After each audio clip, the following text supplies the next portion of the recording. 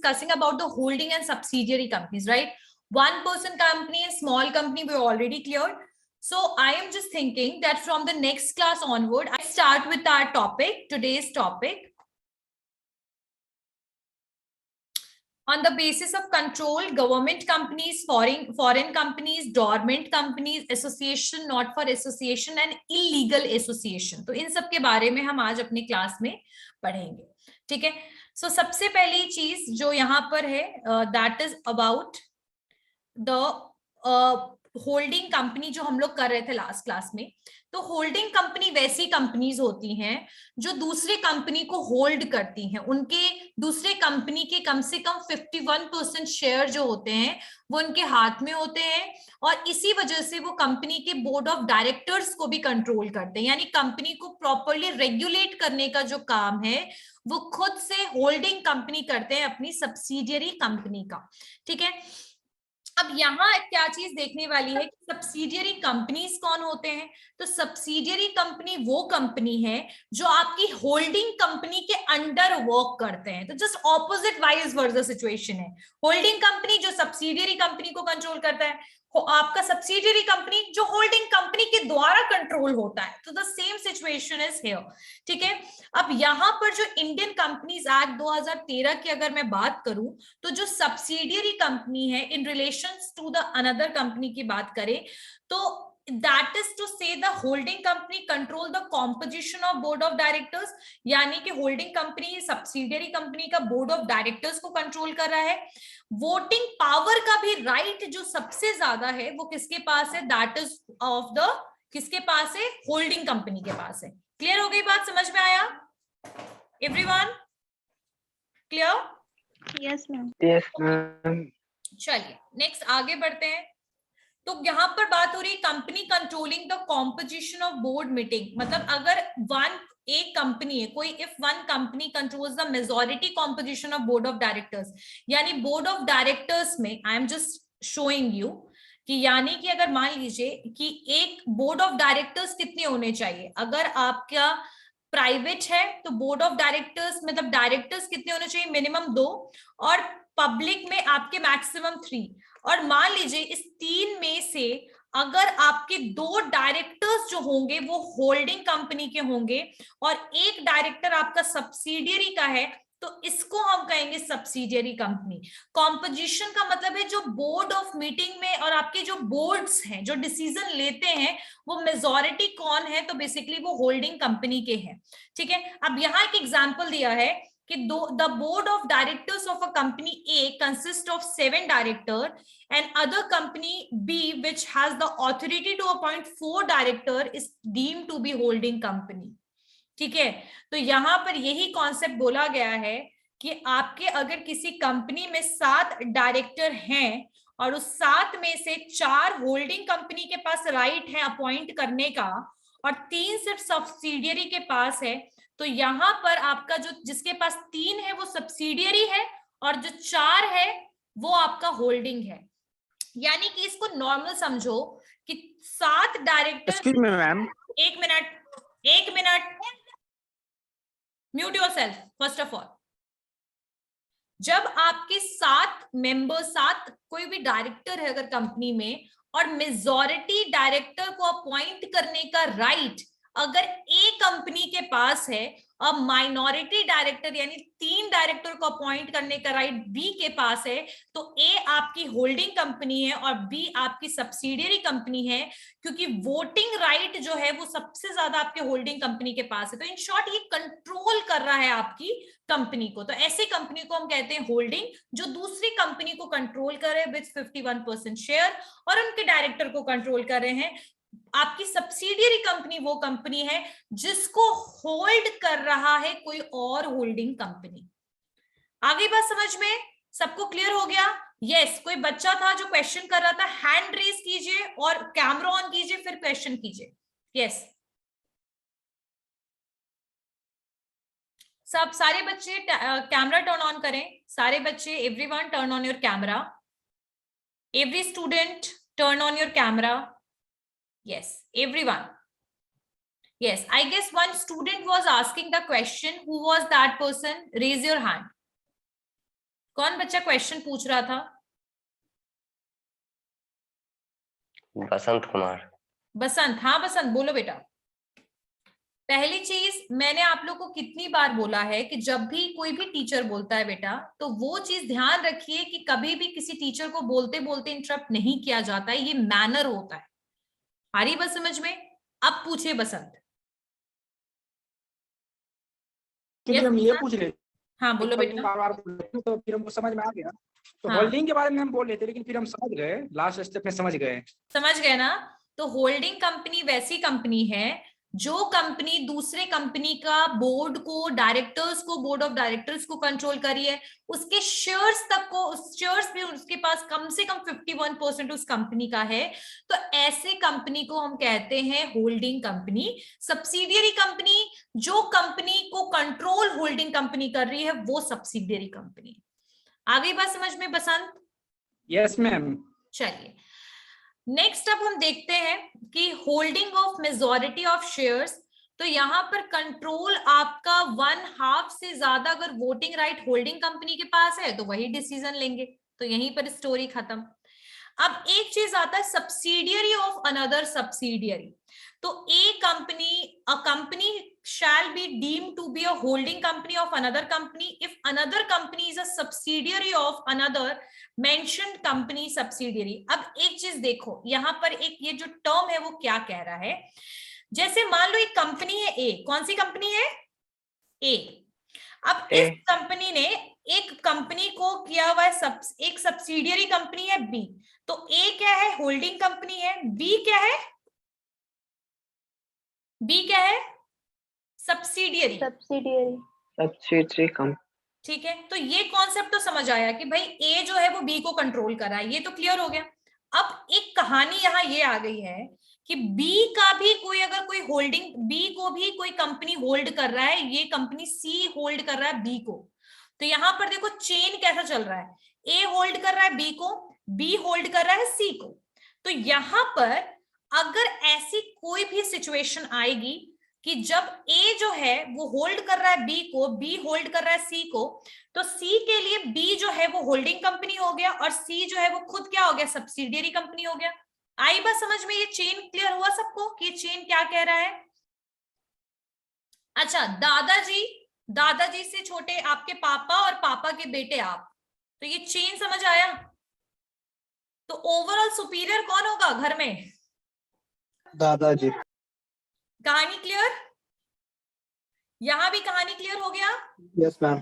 कि अगर ए को कंट्रोल कर रहा है बी ने, एक को ए कंट्रोल कर रहा है बी को और बी कंट्रोल कर रहा है सी को, तो अल्टीमेटली बी और सी दोनों को कंट्रोल करेगा ए। आई बात समझ में? यानी दादाजी के बेटे हैं आपके फादर के बेटे हैं आप, ठीक है? तो आपके फादर भी डांट खाते होंगे और आप भी डांट खाते होंगे, खाते हैं ना? तो यही सिचुएशन यहां पर है। क्लियर हो गई बात? Yes ma'am. कि अगर कोई भी सब्सिडियरी कंपनी का सब्सिडियरी है, तो जो सबसे पहला वाला जो होल्डिंग कंपनी है, जैसे यहाँ ए जो है वो बी को होल्ड कर रहा है, तो अल्टीमेटली सी भी जो है वो ए का सब्सिडियरी कंपनी बन जाएगा। क्लियर हो गई बात? क्लियर हुआ? Yes ma'am. क्लियर? क्यों मुझे ऐसा लग रहा है कि तुम लोग को क्लियर नहीं हुआ? अगर क्लियर नहीं हुआ तो बताओ। क्लियर हो गया है? Yes ma'am. ठीक है, तो यहां पर बहुत अच्छी कहानी, एक एग्जाम्पल दिया भी है कि कंपनी बी जो है, वही वाली स्टोरी है, इसको क्लियर कर देती हूँ मैं एक मिनट। अगर मान लीजिए जो कंपनी बी है वो सब्सिडियरी है ए का, ये देखो ए जो है वो सब्सिडियरी है, ए का सब्सिडियरी है बी, बी का सब्सिडियरी है सी, सी का सब्सिडियरी है डी। तो ऐसे केस में ए जो है ना, ये सबका होल्डिंग बन जाएगा ऑटोमेटिक। मतलब बी भी ए ही कंट्रोल कर रहा है एक तरीके से, बी सी को भी ए ही कंट्रोल कर रहा है और डी को भी ए ही कंट्रोल कर रहा है।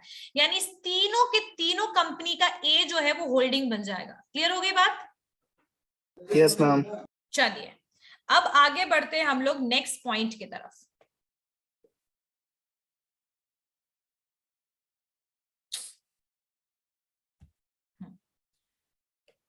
नेक्स्ट अब एक टर्म आ रहा है एसोसिएट कंपनी।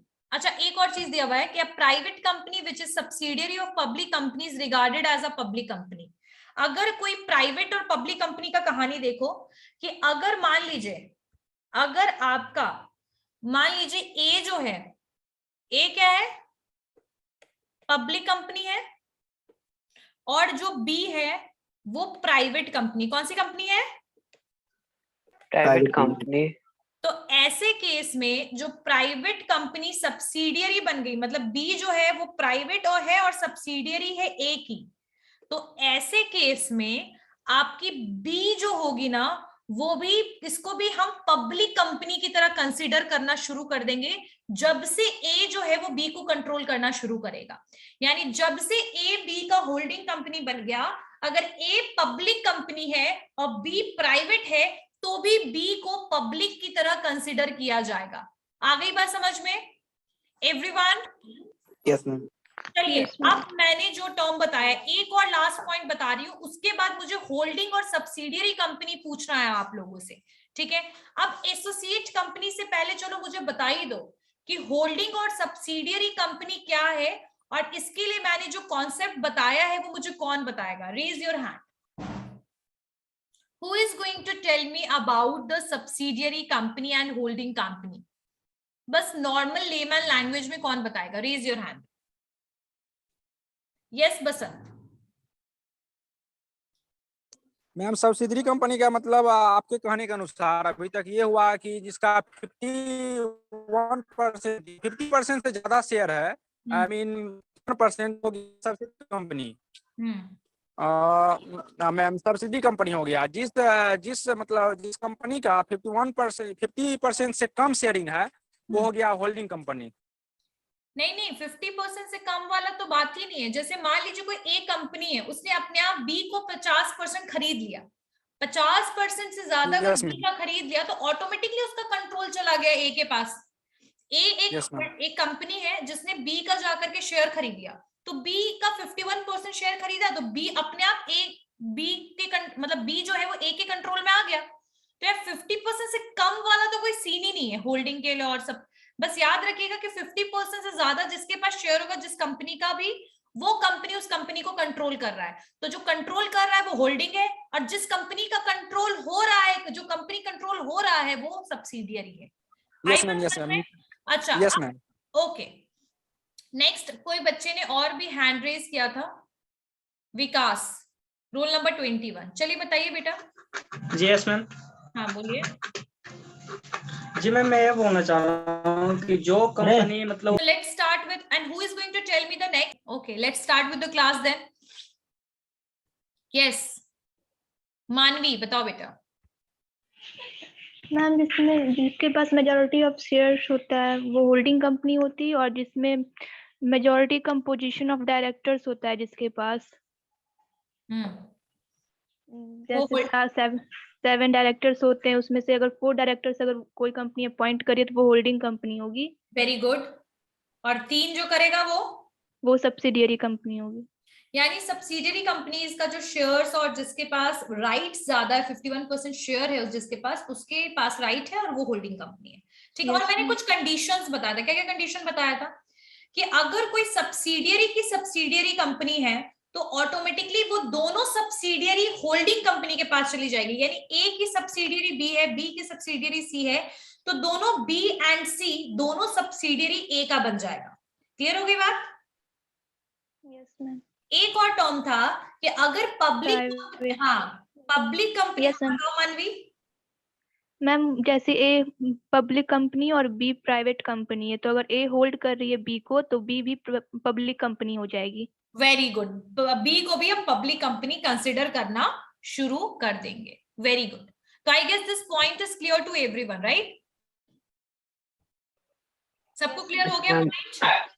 चलिए, अगर एक और चीज देखिएगा, a subsidiary company can not be a member of its holding company and all allotment of share, transfer of shares in holding company to its subsidiary will be void. यानी कि हमेशा याद रखिएगा कि सब्सिडियरी कंपनी जो है वो holding company की कभी भी मेंबर नहीं बन सकती है। अगर होल्डिंग कंपनी चाहे भी तो अपने सब्सिडियरी कंपनी को शेयर ट्रांसफर नहीं कर सकता है। एक बार अगर वो सब्सिडियरी बन गया तो शेयर ट्रांसफर भी करोगे तो भी वो वॉइड हो जाएगा। वॉइड का मतलब जिसका वैल्यू कुछ नहीं है। ये बात समझ में आया? ये जो पॉइंट लास्ट क्या बोला गया कि कोई भी सब्सिडियरी कंपनी जो है वो मेंबर नहीं है अपने होल्डिंग कंपनी की, एंड ऑल अलॉटमेंट और ट्रांसफर, जो भी अलॉटमेंट और ट्रांसफर होगा शेयर्स का होल्डिंग कंपनी में to its subsidiary, holding company से इसके सब्सिडियरी में जो भी ट्रांसफर होगा वो बिल्कुल वॉइड है, यानी इसका वैल्यू क्या है? 0। आई बात समझ में? ये लास्ट पॉइंट यस मैम। बताओ बेटा क्या समझ आया?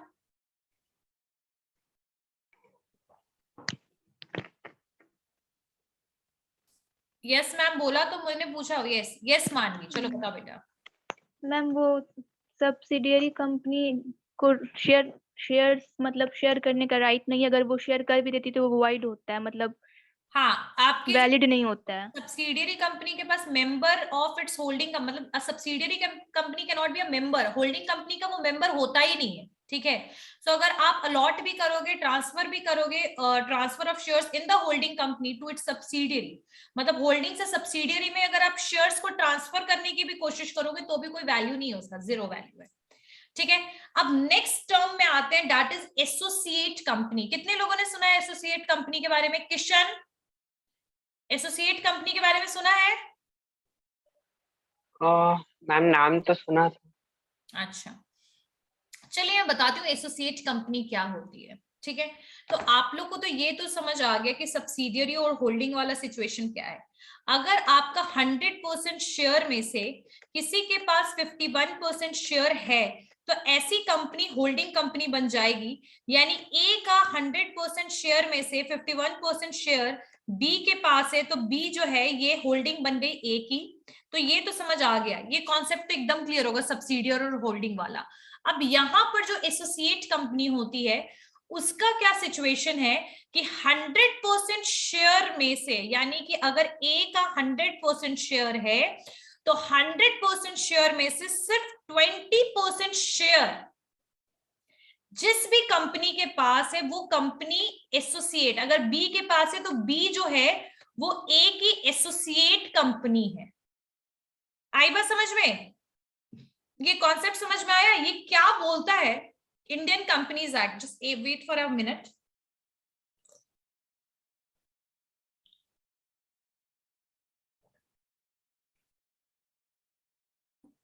यस, तो आपका एसोसिएट कंपनी के बारे में क्या बोला गया है कि अगर इंडियन कंपनीज एक्ट 2013 देखा जाए तो एसोसिएट कंपनी अगर हम दूसरे कंपनी के रिलेशन में देखें तो जो वो कंपनी होगी जिसका इन्फ्लुएंस आपके मेन कंपनी पे पड़ता है। सिग्निफिकेंट इन्फ्लुएंस का मतलब है कि जिसके पास आपका 20% वोटिंग राइट का कंट्रोल है, यानी कंपनी के 20% पे किसी और कंपनी का राइट है, तो ऐसे कंपनी को हम एसोसिएट कंपनी बोलेंगे। ये पॉइंट समझ आया? ये क्या बोल रहा है कि अगर किसी भी कंपनी के पास 100% शेयर में से 100 में से 51 की बात नहीं हो रही है, सिर्फ 20% जिस भी कंपनी के पास है, ये 100% शेयर ए का है और अगर बी के पास 20% शेयर है तो ऐसे केस में 20% शेयर के केस में आपका जो बी है वो ए का एसोसिएट कंपनी कहलाएगा। क्या कहलाएगा? एसोसिएट। यानी जो बी है वो कंट्रोल नहीं कर रहा है ए को, लेकिन 20% ये वोटिंग राइट में इसका राइट है। कई बार ऐसा कंपनी क्यों करती है मैं बताती हूँ, क्यों कंपनी अपनी कंपनी का 20% दे देती है, सेल कर देती है। उसका रीजन होता है या तो बी जो है वो बहुत ज्यादा इन्वेस्टमेंट लेकर आ रहा है आपकी कंपनी के लिए, आपकी कंपनी के लिए बहुत सारा पैसा लेकर आ रहा है, तब आप अपने कंपनी का 20% शेयर उनको सेल कर रहे हो, पहला रीजन। दूसरा रीजन, जिसको भी आपने 20% शेयर दिया है ना, वो कंपनी आपकी कंपनी के लिए बहुत बेनिफिट है, वो एक्सपर्टीज कंपनी है, वो बी जो है वो एक्सपर्टीज है, आपको इनका हेल्प की रिक्वायरमेंट है अपने कंपनी को बड़ा और ग्रोथ करने के लिए, ग्रो करने के लिए। तो आपने ए ने क्या किया, बी को 20% दे दिया अपने कंपनी का, इन्वेस्टमेंट भी लिया, एक्सपर्टीज का बेनिफिट भी हुआ, और बी जो है वो उसको भी प्रॉफिट है, उसको भी बेनिफिट हो रहा है। आई बात समझ में? तो इसको कहते हैं एसोसिएट कंपनी। इसको क्या बोलते हैं? Associate company. इसको क्या बोलेंगे? Associate company. क्लियर हो गई बात? समझ में आया? Yes ma'am. Okay. Anyone have any question in this from this topic? बसंत, अपने आप को अनम्यूट मत कीजिए, बार बार म्यूट रखिए। एंड आप ये क्या कर रहे हैं यहाँ स्क्रीन में? चलिए, so I guess this point is clear to everyone that what is associate company। वैसी कंपनी जिसके पास किसी भी दूसरे कंपनी का 20% है, या फिर ए के पास ए का शेयर बी के पास 20% है, तो ए का जो शेयर बी के पास है तो बी ए के लिए एसोसिएट कंपनी बन गई। आई बात समझ में? This point is clear. यहां सिर्फ 20% शेयर की बात हो रही है, याद रखिए। कितने परसेंट शेयर की? 20%। How many? 20%। एग्जैक्टली, ठीक है। और अगर कोई company will treated or taken as associate company and not a subsidiary company if it holds 20% or more। लेकिन यहाँ याद रखिएगा कि ये जो आंकड़ा होना चाहिए, यानी ये परसेंटेज कितने से कितने के बीच में होना चाहिए, कब तक एसोसिएट कंपनी ए कहलाएगी बी की। तो ये चीज देखिए कि ए जो है उसका 100% शेयर में से 25% जो शेयर है वो बी के पास है, तो क्या ये एसोसिएट कंपनी कहलाएगी? No ma'am. No ma'am. कहलाएगी, कहलाएगी। सुनो क्यों? क्योंकि इसका आंकड़ा जो है ना, ये मिनिमम 20 से लेकर के 50 तक है। एसोसिएट कंपनी वो कंपनी होगी जिसका 20 से 50% शेयर है। 50 से ऊपर नहीं, 50 से ऊपर नहीं, 50 से ऊपर तो वो सब्सिडियरी बन जाएगी अचानक से।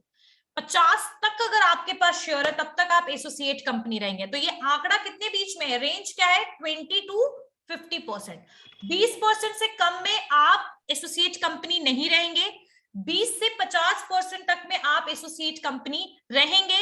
लेकिन जैसे ही वो 51 में चला जाएगा, वैसे ही ए जो है वो बी के लिए सब्सिडियरी बन जाएगा। अब आई बात समझ में? Yes ma'am. Everyone? Yes ma'am. चलिए, अब मैं एक काम कर रही हूँ, मैं आप लोग से कुछ क्वेश्चन कर रही हूँ। अब मान लीजिए कि ए है, ए का 100% शेयर है, ए का जो अपना 100% शेयर है, इसमें से 18% जो है वो बी के पास है। तो क्या बी जो है वो ए के लिए एसोसिएट कंपनी है? No ma'am. No ma'am. Very good, very good. अच्छा, अब नेक्स्ट क्वेश्चन है कि ए जो है, राधा अनम्यूट अगर हुई बाहर जाओगी क्लास से। अब 100% में से देखिए, अब मान लीजिए 22% जो है वो आपके सी के पास है, तो क्या सी ए के लिए एसोसिएट कंपनी होगा? Yes ma'am. Yes ma'am. Yes ma'am. Okay, अगर मान लीजिए 56% ए का शेयर डी के पास है, तो क्या ये एसोसिएट कंपनी होगा? No ma'am. No ma'am, subsidiary हो जाएगा। Subsidiary company. ए जो है वो अचानक से बी का सब्सिडियरी बन जाएगा क्योंकि मेजॉरिटी शेयर डी ने खरीद लिया कंपनी का। आई बात समझ में? Yes ma'am. अच्छा, यस मैम। अगर मान लीजिए ई के पास 49% शेयर है ए का, तो क्या ये एसोसिएट होगा या सब्सिडियरी होगा? एसोसिएट होगा मैम। Very good. तो I guess this concept is clear to everyone, right?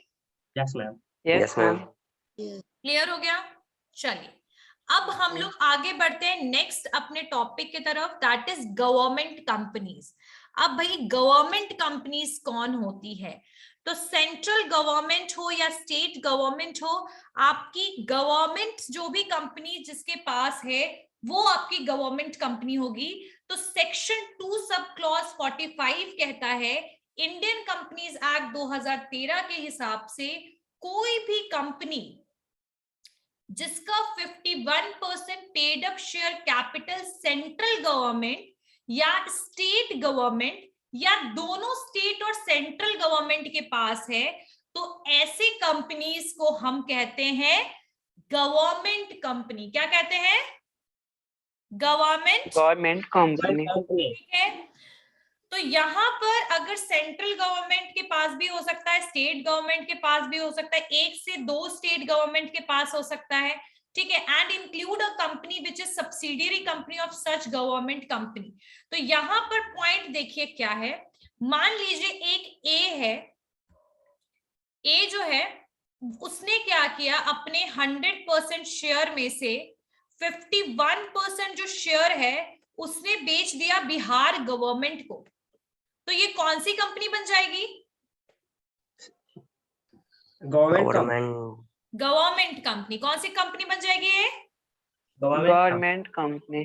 ठीक है, अब एक और क्वेश्चन, ए के पास, ए जो कंपनी है वो अपने 100% शेयर में से 28% सेल कर रही है आपके सेंट्रल गवर्नमेंट को और 24% सेल कर रही है वो मान लीजिए आपके दिल्ली गवर्नमेंट को, ठीक है। तो अब बताइए कि ये गवर्नमेंट कंपनी होगी या नहीं होगी? Yes ma'am. क्यों होगी? क्योंकि दोनों तो गवर्नमेंट है, चाहे स्टेट गवर्नमेंट हो या सेंट्रल। कितना परसेंट शेयर है दोनों के पास मिलाकर के? 52। वेरी गुड, तो ये होगी गवर्नमेंट कंपनी। नेक्स्ट क्वेश्चन, ए के पास जो 100% शेयर है उसमें से 10% आपके सेंट्रल गवर्नमेंट ने ले लिया, 15% आपके बिहार गवर्नमेंट ने ले लिया और 15% आपके झारखंड गवर्नमेंट ने यानी स्टेट ने ले लिया। तो अब बताइए कि ये गवर्नमेंट कंपनी होगी या नहीं होगी? No ma'am. क्यों नहीं होगी मैम? मैम क्योंकि झारखंड अलग हो जाता है ना। 40% ही हो रहा है शेयर गवर्नमेंट के पास। Very good, this answer is totally correct because 40% ये तीनों 40%। हाँ, शांत रहो एक मिनट धर्मजीत। 40%, एक मिनट शांत रहिए बेटा, शांत रहिए सब बच्चे, ठीक है। 40% जो शेयर्स है वो तीनों गवर्नमेंट के पास, सेंट्रल गवर्नमेंट, स्टेट गवर्नमेंट मिला करके भी आपका 51% शेयर रीच नहीं कर रहा है, इसीलिए गवर्नमेंट कंपनी नहीं बन पाएगी। आई बात समझ में सबको? ये कॉन्सेप्ट क्लियर हुआ कि गवर्नमेंट कंपनीज कौन होगी? अच्छा, नेक्स्ट क्वेश्चन है, अगर ए जो है उसके पास 100% शेयर में से आपका 40% जो है वो आपकी स्टेट गवर्नमेंट के पास है और 8% सेंट्रल गवर्नमेंट के पास है, तो क्या ये कंपनी गवर्नमेंट कंपनी होगी? No ma'am. No ma'am. क्यों? 48 मैम 48% ही हो रहा है। अच्छा, तो हमेशा याद रखिएगा कि गवर्नमेंट या तो सेंट्रल गवर्नमेंट तो एक ही होगी, वो तो पता ही है कि राज्य, आपका केंद्र सरकार तो एक ही है, पता है ना, लेकिन राज्य सरकार जो है वो अलग अलग स्टेट में अलग अलग है। जैसे बिहार गवर्नमेंट अलग है, आपका झारखंड गवर्नमेंट अलग है, महाराष्ट्र गवर्नमेंट अलग है, राइट। तो यहाँ पर या तो एक स्टेट का गवर्नमेंट हो या 2 स्टेट का गवर्नमेंट हो, सोलली उसको मिला के चले। अच्छा, एक और क्वेश्चन इसी चीज पे मैं देती हूँ आप लोगों को। अब मुझे बताइए कि ए का जो 100% शेयर है इसमें से 25% बिहार गवर्नमेंट के पास है और 25% झारखंड गवर्नमेंट के पास है। तो मुझे बताओ तुम लोग कि क्या ये गवर्नमेंट कंपनी होगी? No ma'am.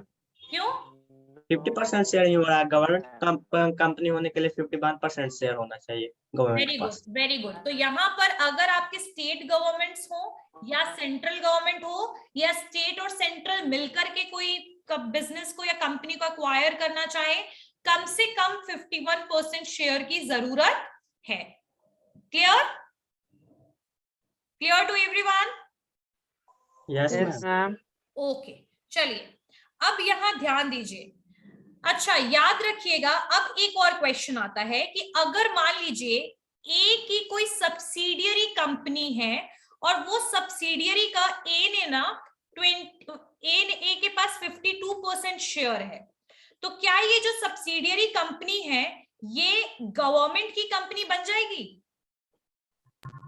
नहीं। अब देखो मैं फिर से बता रही हूँ, जैसे मान लो ए के पास 100% शेयर है और ए के पास ना एक सब्सिडियरी कंपनी भी है, एक सब्सिडियरी कंपनी है ए के पास, ठीक है, और उसका नाम है बी। सब्सिडियरी कंपनी क्या है? बी है। और ए जो है ना, इस कंपनी का 56% शेयर जो है ये ए के पास है। किसके पास है? किसके पास है? ए के पास। ए के पास। ठीक है, अब ए ने बी का 56% शेयर को कंट्रोल किया हुआ है। अब यहां एक और क्वेश्चन, ए जो है, ए है, इसके पास ध्यान दीजिएगा, ए का, अब ए का 100% में से 51% सेंट्रल गवर्नमेंट के पास चला गया। तो मुझे बताओ कि ये सब्सिडियरी जो है वो कौन सा कंपनी, कौन सा वो सेक्टर में आ जाएगा ये subsidiary company? Government sector. Very good, very good.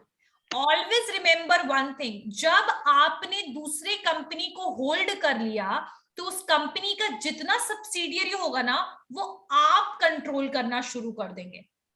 आई बात समझ में? तो यहाँ पर ए का जो भी सब्सिडियरी था, जो बी था, अब 56% शेयर इसके पास था, तो अब ये जो बी है ना, ये भी गवर्नमेंट कंपनी कहलाना शुरू हो जाएगी। क्या कहलाना शुरू हो जाएगी? Government company. Clear? Yes ma'am. Concept बिल्कुल क्लियर है? Yes ma'am. ओके, चलिए नेक्स्ट कुछ पॉइंट्स यहाँ देखिए। पब्लिक सेक्टर अंडरटेकिंग एंटरप्राइज, अच्छा छोड़िए इस पॉइंट को, छोड़िए, सम पॉइंट्स जो हैं उनको छोड़िए। अब हम आगे बढ़ते हैं, एक मिनट।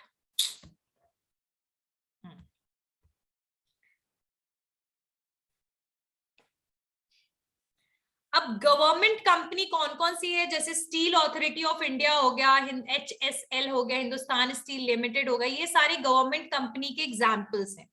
ठीक है, तो जो गवर्नमेंट कंपनी है वो सब्सिडियरी हो गवर्नमेंट कंपनी का या किसी और कंपनी को उसने होल्ड किया हो, कॉम्पोजिशन जो बोर्ड ऑफ डायरेक्टर्स का होगा वो गवर्नमेंट का होगा क्योंकि वो अब गवर्नमेंट कंपनी है। सारा एक्सरसाइज और कंट्रोल, टोटल वोटिंग राइट, सारी की सारी चीजें गवर्नमेंट कंपनी के पास होगा।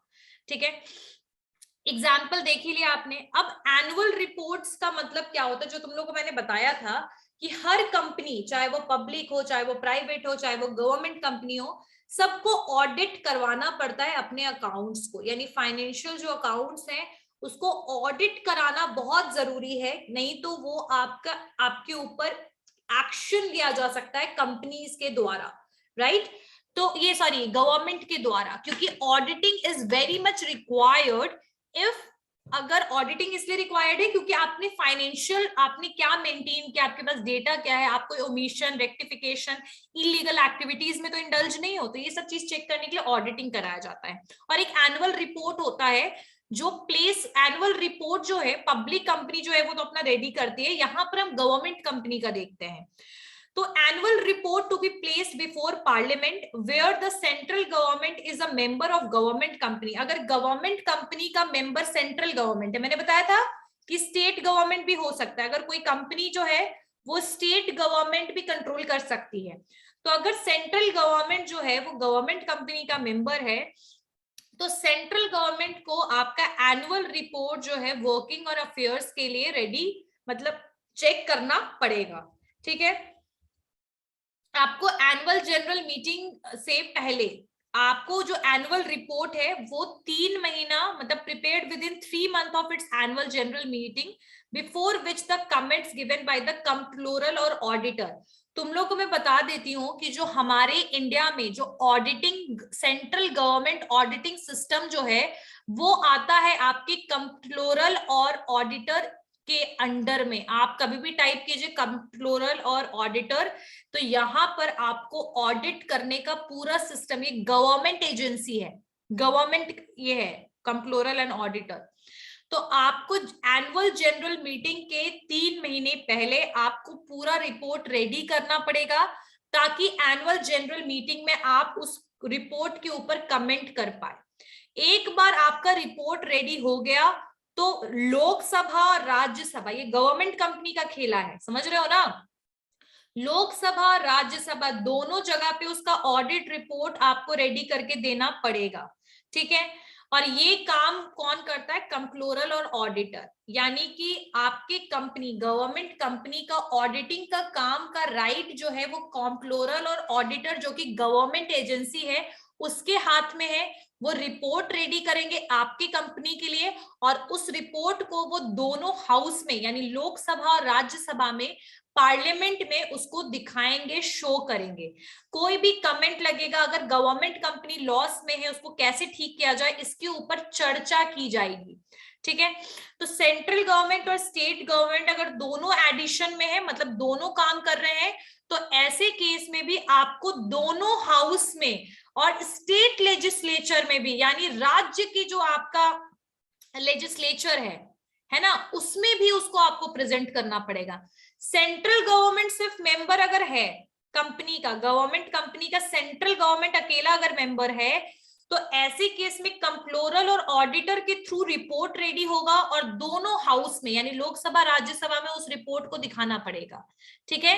अगर आप सेंट्रल गवर्नमेंट भी है और स्टेट गवर्नमेंट भी मेंबर है, तो आपको सिर्फ पार्लियामेंट में वो रिपोर्ट नहीं दिखाना है, आपको स्टेट के लेजिस्लेचर में भी रिपोर्ट दिखाना है, ठीक है। आई बात समझ में? एमएलए और एमपी सुना है ना, मेंबर ऑफ लेजिस्लेचर असेंबली, और एक होते हैं member of parliament, right. Member of parliament एक होते हैं, एक मेंबर ऑफ लेजिस्लेटिव असेंबली होते हैं। जो एमएलए होते हैं ना वो राज्य लेवल पे होते हैं यानी स्टेट लेवल पे, एमपी जो होते हैं वो पार्लियामेंट के लिए होते हैं, है ना। तो यहाँ पर वही चीज कहा जा रहा है कि अगर आपके दोनों, यानी कि अगर आपके स्टेट गवर्नमेंट, एक मिनट, अगर आपका कंपनी ए जो है इसका मेंबर दोनों है, स्टेट भी है और सेंट्रल भी है, तो इन दोनों के लिए आपको दोनों हाउस में, यानी आपको जो आपका स्टेट लेजिस्लेचर है आपको यहां पर भी इस रिपोर्ट को दिखाना है और सेंट्रल को आपको पार्लियामेंट में भी, इस दोनों हाउसेस में, टू हाउसेस में भी इसको आपको शो करना है। क्लियर हो गई बात? समझ में आया? ये पॉइंट क्लियर हुआ एवरीवन? Yes ma'am. चलिए अब आगे बढ़ते हैं। ऐसे तो ये काफी लंबा टॉपिक है लेकिन यहाँ तक काफी है समझना। यहाँ तक तो समझ आ गया होगा कि गवर्नमेंट कंपनीज कौन होती हैं। चलिए अब आगे बढ़ते हैं। ऑडिटर वगैरह को कैसे अपॉइंट किया जाता है वो सब के बारे में है। फॉरेन कंपनीज क्या हैं वो सब के बारे में है, ठीक है। फॉरेन कंपनीज भी देखेंगे, डोंट वरी।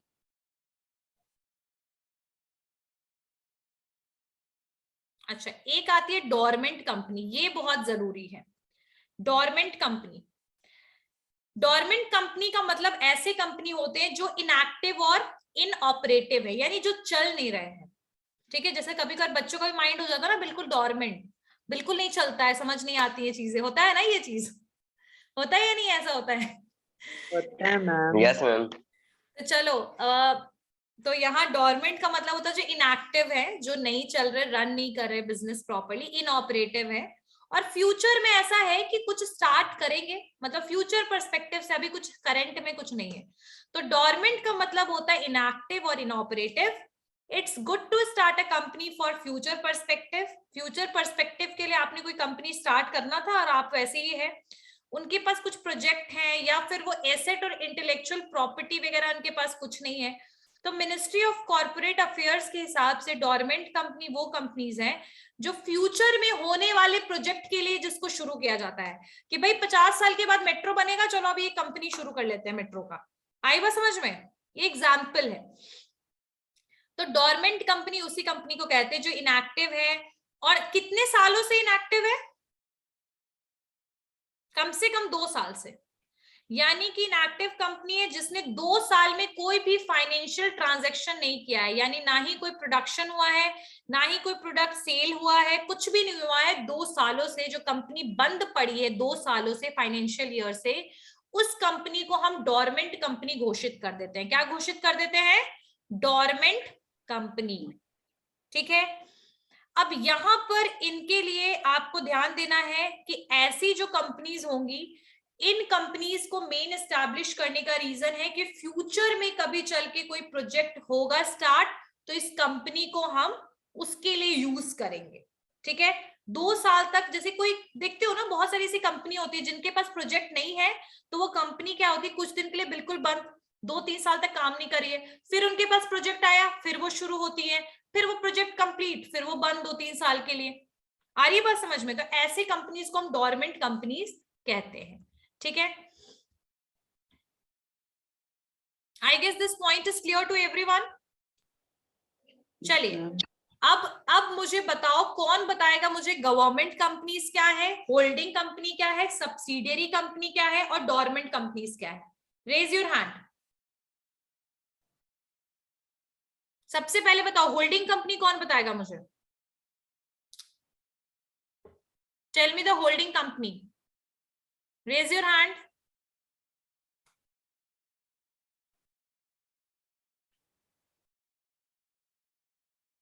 कौन बताएगा holding company? Yes Manvi. Ma'am थोड़ा नॉइज हो रहा, लेकिन बस थोड़ा। हाँ बताओ। मैम होल्डिंग कंपनी जिसके पास मैक्सिमम शेयर होता है 51% शेयर, और दूसरे वही कंपनी का, दूसरे कंपनी का, दूसरे कंपनी का, यस मैम, जिसको सब्सिडियरी कंपनी कहते हैं। Very good. अच्छा, होल्डिंग, ये तो अच्छा, इसको सब्सिडियरी कंपनी कहते हैं कि इसको होल्डिंग कहते हैं? सब्सिडियरी कंपनी का जिसके पास 51% शेयर है। ठीक है, good.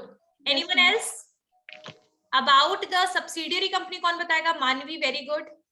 Who is going to tell me about the subsidiary? Raise your hand. Subsidiary कौन बताएगा मुझे? Yes Dharamjeet. Ma'am parent company 30% share issue करता है, वो क्या? पेरेंट कंपनी है जो 30% शेयर इशू करता है। सब्सिडियरी कंपनी कौन सा कंपनी होगी? सबसे जो मैम होल्डिंग कंपनी से मतलब 51% शेयर आ जाता है उसके पास किसी और का। 51% शेयर जिस कंपनी का होल्डिंग कंपनी के पास है, वो कंपनी सब्सिडियरी कंपनी होगी। यानी जैसे मान लीजिए ए है, ए का 51%, 51% बी के पास है, या फिर 58% है, 59% है, 51 से जितना ऊपर, 51 से लेकर के जितना भी ऊपर दूसरे कंपनी के पास है, तो वो कंपनी एक तरीके से वो सब्सिडियरी कंपनी होगी जिसका शेयर दूसरे के पास है, और जिसके पास है वो होल्डिंग होगी। तो अब बताओ मुझे, कौन सब्सिडियरी कंपनी बताएगा? Who is going to tell me about the subsidiary company? Raise your hand. इतनी देर से पढ़ रहे हो, कोई भी बच्चा आंसर नहीं दे रहा, बताओ सब्सिडियरी कंपनी क्या है? किशन, विकास, मानवी, अभिषेक, चलो बताओ, कौन बताएगा? हैंड रेज करिए। यस मानवी। मैम जिसका मतलब जिस कंपनी का 51% शेयर होल्डिंग कंपनी के पास है, वो सब्सिडियरी कंपनी होगी। Very good, very good, yes. अब मुझे बताओ, एसोसिएट कंपनी क्या है? कौन बताएगा एसोसिएट कंपनी क्या है? मैम जिसका 20% शेयर होता है किसी दूसरे कंपनी के पास, मतलब जैसे कंपनी ए का 20% शेयर कंपनी बी के पास है, तो वो उसकी एसोसिएट कंपनी होगी। Good. B, yes ma'am, associate company होगी एक ही। अच्छा ठीक है, चलिए रोल नंबर 57 बताइए जरा। Roll number 57, roll number 14,